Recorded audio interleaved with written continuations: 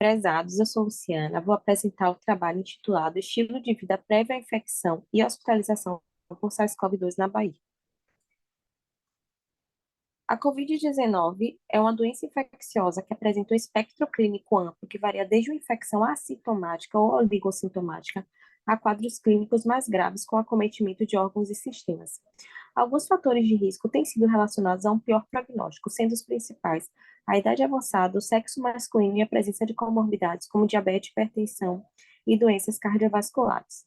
Estudos demonstraram também que algumas variáveis de estilo de vida, como a inatividade física e o tabagismo, também se relacionaram ao pior prognóstico, a uma maior gravidade, tanto a maior gravidade como uma maior letalidade. Investigaram também a questão da alimentação, né, o consumo alimentar e desfechos da Covid, e encontraram que uma alimentação mais saudável tem sido um efeito protetor para esses desfechos mais desfavoráveis.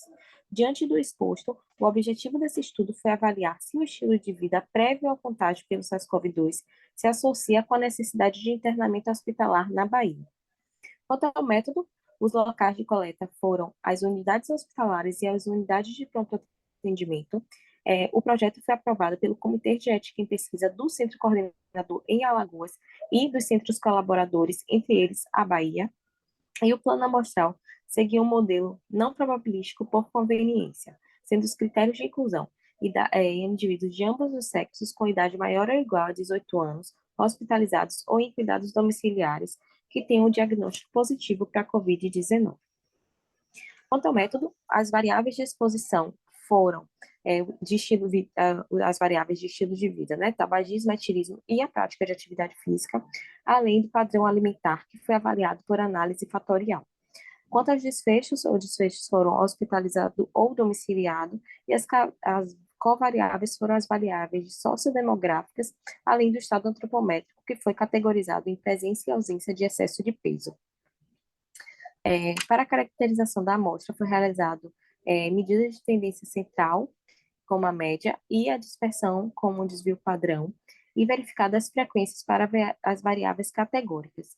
As diferenças entre os desfechos foi avaliado pelo teste Q quadrado, e para avaliar a associação entre as variáveis de interesse foi realizada inicialmente a análise de regressão logística bivariada e posteriormente a, a multivariada com a inclusão das variáveis de potencial confundimento.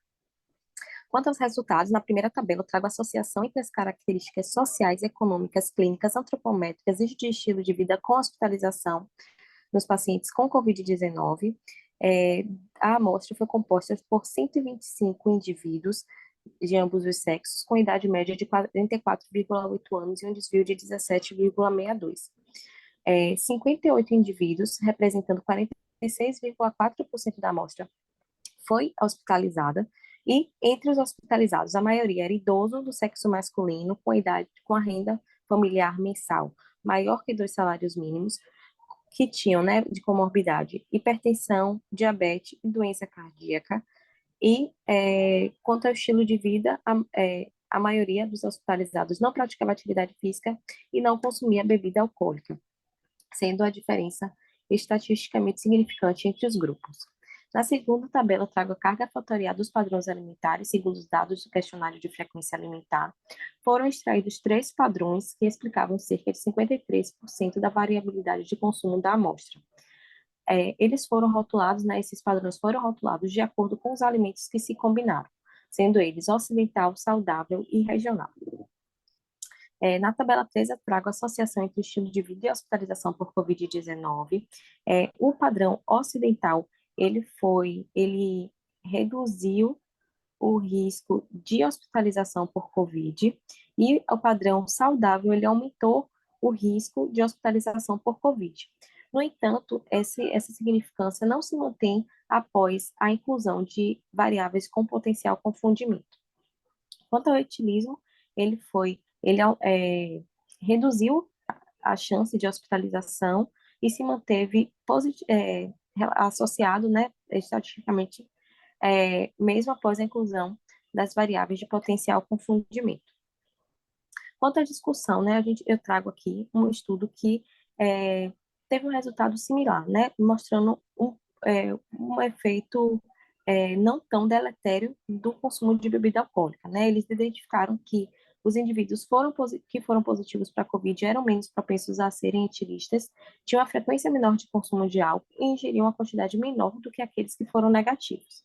No entanto, esse estudo se diferencia do nosso porque eles avaliam a quantidade, o tipo de bebida alcoólica e a frequência de consumo que não foi avaliado no nosso.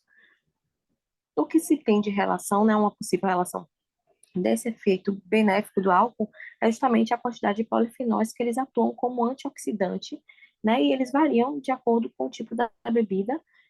No entanto, não é estimulado o consumo de bebida alcoólica porque já foi tanto um grande consumo, um consumo elevado, quanto crônico, eles já têm relação com imunossupressão, o que favoreceria um pior prognóstico da Covid, então ele não deve ser estimulado. É, com relação a essa alimentação, né, está relacionado a no primeiro momento ali, antes de incluir as variáveis de confundimento, eles tiveram relações controversas, possivelmente devido ao fato de que indivíduos que tenham comorbidades ou idade avançada, eles são acompanhados por profissionais que orientam uma alimentação mais saudável e por isso no primeiro momento, ele se associou inversamente ao que a gente poderia esperar.